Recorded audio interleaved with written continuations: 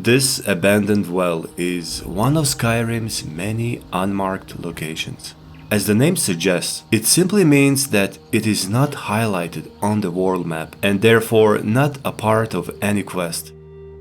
You see, almost all of Skyrim's quests are locked to specific marked locations, like dungeons and cities. Player is given a task and a marker on the world map points the way. As simple as that. However, this is far from everything that game has to offer, as there's an entirely hidden side of Skyrim, partially exposed through a number of situations, accidents, Easter eggs, points of interest, and anything in between. As we're gonna see later, this abandoned well tells a story unwritten in any quest journal. There are no dialogues about it, no explanation whatsoever. It's simply there, waiting to be discovered. And to me, the overall simplicity, the mystery of its origin, is the beauty of it.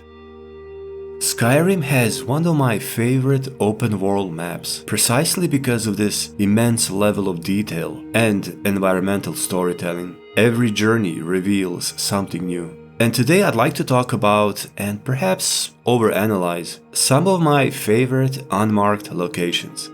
My name is Alec, and I hope you enjoyed the video, and thanks for watching and support.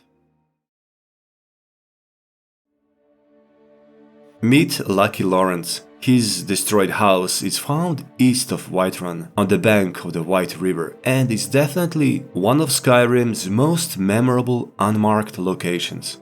Now, the joke, if you want to call it that, is that Lucky Lawrence ran out of luck when a huge tree fell right over his house, killing him on the spot. Get it? Lucky Lawrence? Oh, the irony. Lawrence is, or rather was, in possession of some interesting items, which could tell us a little bit more about his background. Although officially marked as a bandit, Lawrence could very well be a hunter, a fisherman, treasure hunter. He has a treasure map, light armor skill book, and a pretty decent selection of alchemical ingredients, including a troll fat, implying that Lawrence killed a troll. At least, I don't see a reason of him buying or stealing troll fat. Again, Lawrence is not an alchemist but a hunter. He's the one who obtains ingredients and supplies others. And slaying a troll, one of the most feared creatures in Skyrim, is not a small deed at all. Thus, we can safely say that Lucky Lawrence was truly lucky throughout most of his life, until that fateful, tragic day.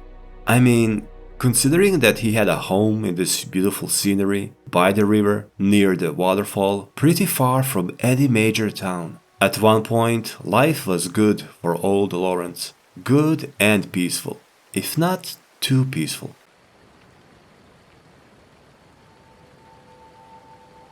I always felt a little bit uneasy in this area. I wouldn't go as far as to say it's scary or creepy, but unsettling might be the right word.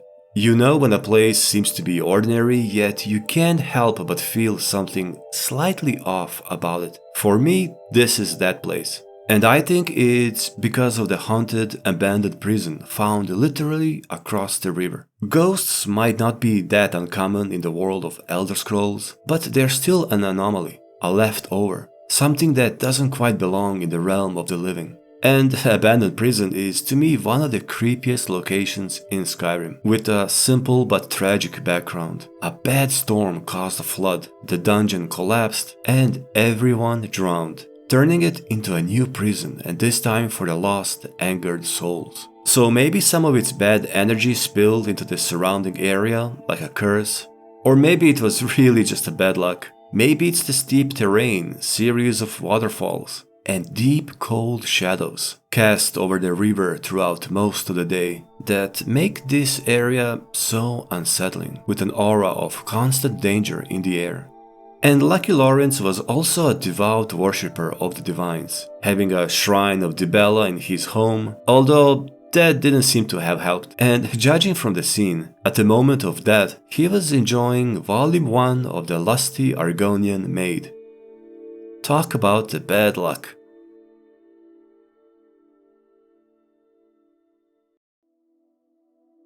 Moving north into the very heart of Skyrim's icy wasteland, one of the most isolated unmarked locations can be found west of Sartal and north of the large dwarven ruin of Alfhand, a partially frozen mammoth, with dwarven arrows and a spear still stuck in its body. So, on the surface, this one seems like a pretty straightforward and a fun little detail, and I'm pretty sure it was inspired by real-life findings, especially the well-preserved Yucca mammoth, discovered in August of 2010, so right during the production of Skyrim. And that's all fine, but is there anything else to be deducted from this particular location? Maybe some hidden lore? Deep rabbit hole? Well, maybe. We can at least give it a try. First of all, it gives us a small insight into the daily life of the long-lost Dwemer. And any information on them, no matter how obscure, is always welcome. Contrary to popular belief, Dwemer also lived on the surface, and it appears that mammoth hunting was not uncommon. I mean, food is food, and even the highly sophisticated, technologically advanced Dwemer just couldn't resist that juicy mammoth steak. They obviously relied on automatons and those large mechanical constructs, but the presence of dwarven arrows tells me that the Dwemer themselves were involved in the hunt. In fact, this area is filled with mammoth bones, including the top of the same glacier, just above the frozen mammoth. Which brings me to a second and perhaps more interesting topic. If we look at the map, we'll soon realize that mammoths inhabit only certain regions of Skyrim, like the Mammoth Steppe or Tundra, obviously, or the East March, regions that offer plenty of food, protection, and space. Winterhold might have enough space, but definitely not enough food. It's a literal frozen wasteland without any vegetation, and not even giants set their camps here. So where do all these mammoths come from then? Well, for one, I highly doubt that they were chased halfway across Skyrim by the Dwemer just to be speared to death. It just doesn't make any sense. And also, this region is not on the migratory route. There's simply no reason for them to be here. Unless, well, what if mammoths once inhabited these regions millennia ago? Numerous half-frozen remains seem to suggest that. However, this would imply that the entire area used to be different, less harsh, and covered in vegetation enough to feed herds of mammoths. And speaking of climate change, I remember reading a thread speculating about Skyrim's ongoing global warming. This was years ago, and as one example, the author of this hypothesis mentioned this particular mammoth. And honestly, at first glance, it might look like that. After all, the creature looks fresh, considering it's about 4,000 years old, and that could only happen if it was deeply frozen up until recently. But what if it's the opposite? Now, the topic of Tamriel's climate cycles and climate changes is way beyond the scope of this video. And needless to say, Tamriel doesn't strictly follow our own laws and logic in regards to climate and environment. There are simply too many extra factors that can and do affect Tamriel. Magic, gods, catastrophic events like the Red Year, dragon breaks, Daedric invasions, to name just a few. Tamriel seems more like an ever-changing arena in a cosmic game between stasis and chaos. So many things could contribute to the breaking of the glacier. It could even be a simple earthquake, and I never got the impression of Skyrim becoming warmer. If anything, a few in-game characters will comment on Skyrim's unusually cold year, even down in Falkreath. There's a nip in the air. Cold won't be good for my crops. Never is. So what if Tamriel is instead entering its version of an ice age, symbolized by this slowly awakening mammoth? What if the cold Atmaran winds, same winds that drove the Nords away in the first place, continue spreading the all-devouring winter further south? Speaking of Tamriel's distant past, did you know that giant, terrifying mudcrabs once roamed these lands? And by giant, I mean extra, extra large. Dunmer used to make houses out of them. Just ask the Redoran. Some were large enough to host entire cities. Lore-wise, Scar in Aldrun was a home to hundreds of dark elves, including manors, shops, sprawling hallways.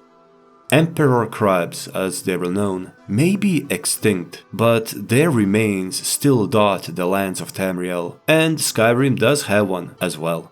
Southeast of Rorikstead lies a small pool containing the shell of a gigantic mudcrab. Pool is filled with lesser mudcrabs. There's also a dead adventurer, and to me this location just oozes some kind of supernatural energy, as if it's blessed by nature gods or spirits. Even the remains of the giant mudcrab at first reminded me of some forgotten totem or a shrine, worshipped by mudcrab minions. And who knows, maybe there's some truth to it.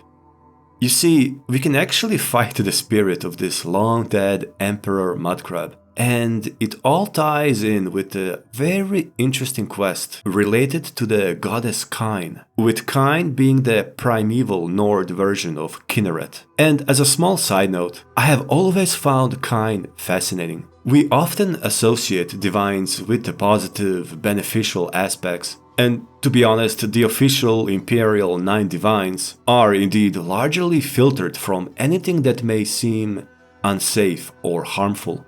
But old Nordic forms of these deities were quite different, more wild and unpredictable. For example, in one of my strange bandit videos, I talked about Fiola, the one who kidnaps and ransoms people as a part of her religious worship of Stune, an ancient Nordic god of ransom, nowadays better known as Standar, god of mercy. And as for Kine, my video on the Berserkers and the Frost Witches of Solstheim showcases another extreme form of divine worship, very different from the one seen in the official Imperial religion. Berserkers and the Frost Witches were not only outcasts, living in the most remote, wild areas, but they were also openly hostile. Kine is also considered a creator of dangerous and, dare I say, malevolent nature spirits, known as Spriggans, guardians of nature. So where does the giant mudcrab fit into all of this? Well, as mentioned, a quest called Kine's Sacred Trials has the player roam across Skyrim in search of guardian spirits that must be slain, and Mudcrab guardian spirit happens to be one of them. True Nord hunters are those who survive the trials. Do you think you're strong enough for Kine's blessing? I would be glad to pass this tradition down. You must defeat guardian beasts blessed by Kine. I will anoint you with the symbol of the wolf, the crab, and the skeever. This will compel the guardian to appear when you reach his lair. Interestingly, quest giver Frocky Whetted Blade is one of the rare characters who not only openly worship the ancient Nord traditions and gods, but he also talks about them. At this point in the 4th era, Skyrim is largely imperialized, and the vast majority, including the Stormcloaks, worships the 9, or the 8, depending on who you ask. And this was a somewhat controversial move by Bethesda. And I always felt that developers, by writing the character of Frocky and placing him in this very remote corner of the map, where he is kinda hidden away, sort of created a meta moment, a nod to the players, and a confirmation that they haven't actually forgot about the old lore Skyrim. The change was deliberate, and Frocky and his quest serve as a reminder, a little throwback to the old lore. And with all of that in mind, visiting this pond and seeing the remains of the ancient Emperor Mudcrab just hits different. It feels like visiting a pocket of the old world. If only there were more places like that.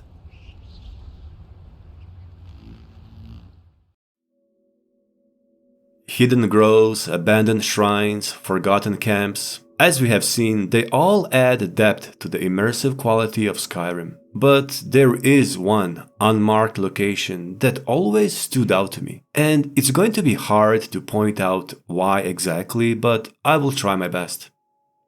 So let's go back to our abandoned well and a small ruin nearby, cleverly hidden in a dense wooded area north of Iverstead.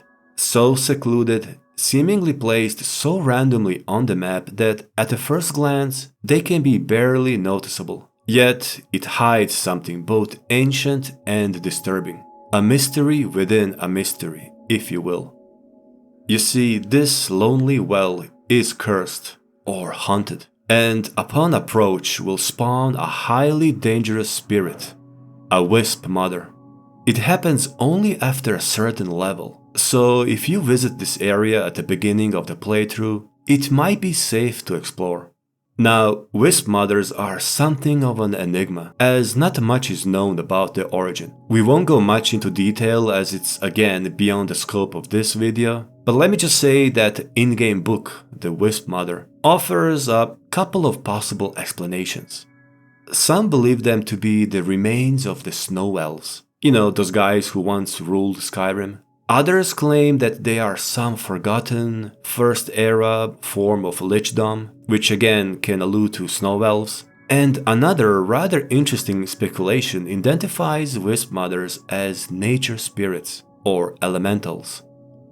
What's strange is that wisp mothers almost exclusively inhabit northern, cold areas. They are rarely seen in the relatively warmer southern Skyrim, which just makes this encounter more unique and really unexpected.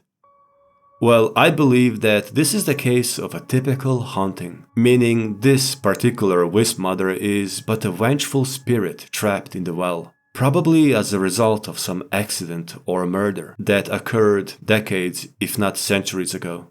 An elemental nature spirit wouldn't bind itself to some abandoned well, and the same goes for an ancient, powerful first-era lich, or a spirit of a snow elf. Why would they trap themselves to this otherwise insignificant area?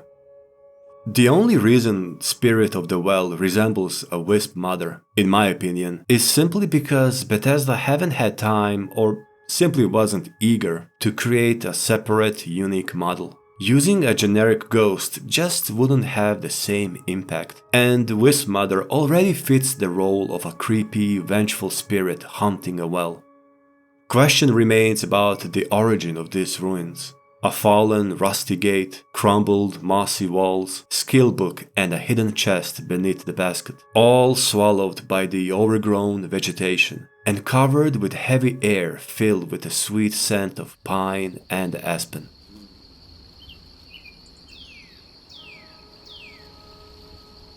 Walls are identified as Imperial, and location is officially marked as a ruined tall. So, according to this piece of information, this was at one time an Imperial Tall, probably abandoned during the Great War or maybe even before that. However, this doesn't explain the haunted well. A small-scale road tall wouldn't require a well. Well, my impression is that this was once a location of a village, and this fits really well with our topic of the hidden side of Skyrim. As it's known, the game portrays a greatly scaled-down version of Skyrim. Real-life province is a home to hundreds, if not thousands of villages. So this is why, for example, Jarl Falkrit mentions the village of Granite Hall, even though it doesn't appear in the game. And through the course of time, settlements rise and fall. We know that Iverstead used to be bigger, even attracting population from surrounding villages, some of which are now completely gone. In fact, this map of Skyrim from Arena clearly shows settlements that are missing in Elder Scrolls V, and the city of Nimalten, which was in reality only a village, seems to occupy relatively same area near Iverstead. Some claim that it's actually Iverstead, but to me it looks like it's slightly northern, so it might even be a candidate for a hypothetical village that once occupied this area. Coincidentally, Nimalten also had an inn called Haunted Griffin. Obviously, this is nothing but a far-fetched speculation, but hey, the whole point of this video is overanalyzing things.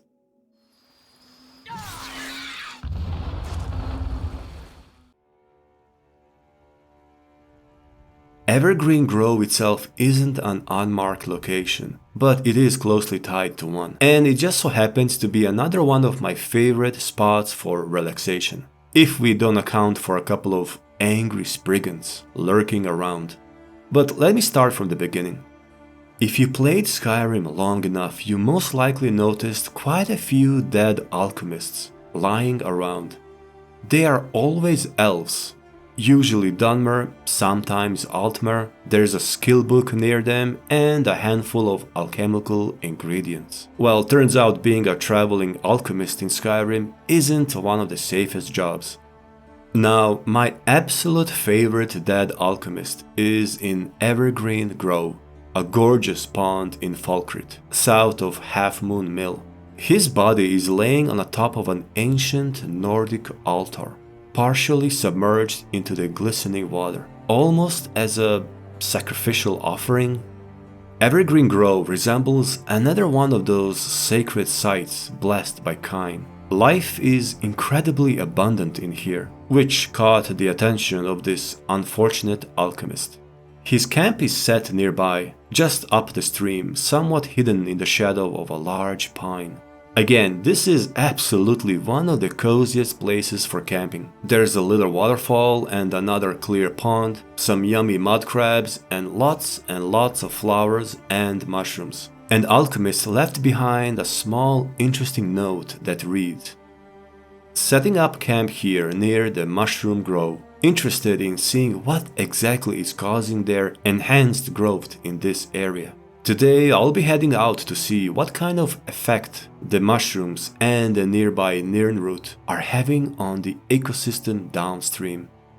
Famous last words. So what's so interesting about it? Well, with all due respect, Skyrim is a simple land and Nords but a simple folk, for the most part. Chances are you won't meet that many wandering researchers interested in studying ecosystems, geography, metaphysics, and science in general. And Alchemist's note seems to imply some invisible supernatural force at work here. Or maybe I'm just reading too much into it. Is it a sacred grove claimed by goddess Kine? Does it have any relation to the submerged Nordic ruin?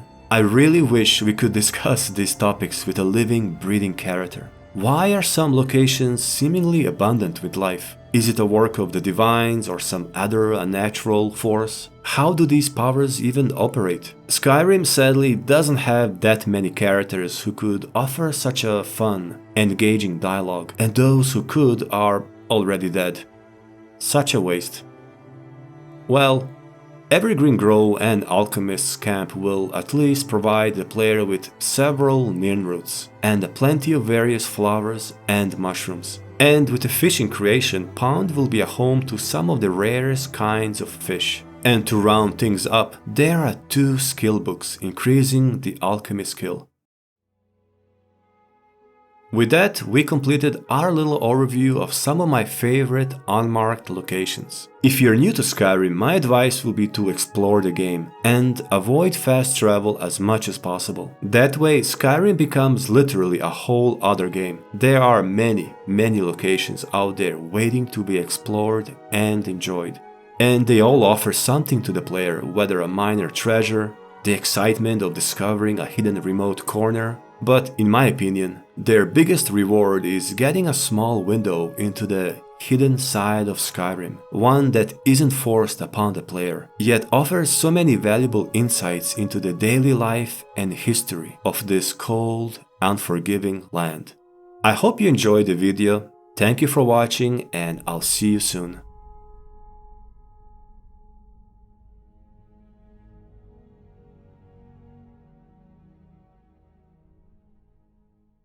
Got something I'm supposed to deliver. Your hands only. Let's see here. Ah, a letter from the Jarl. Moving up in the world, eh? Looks like that's it. Got to go.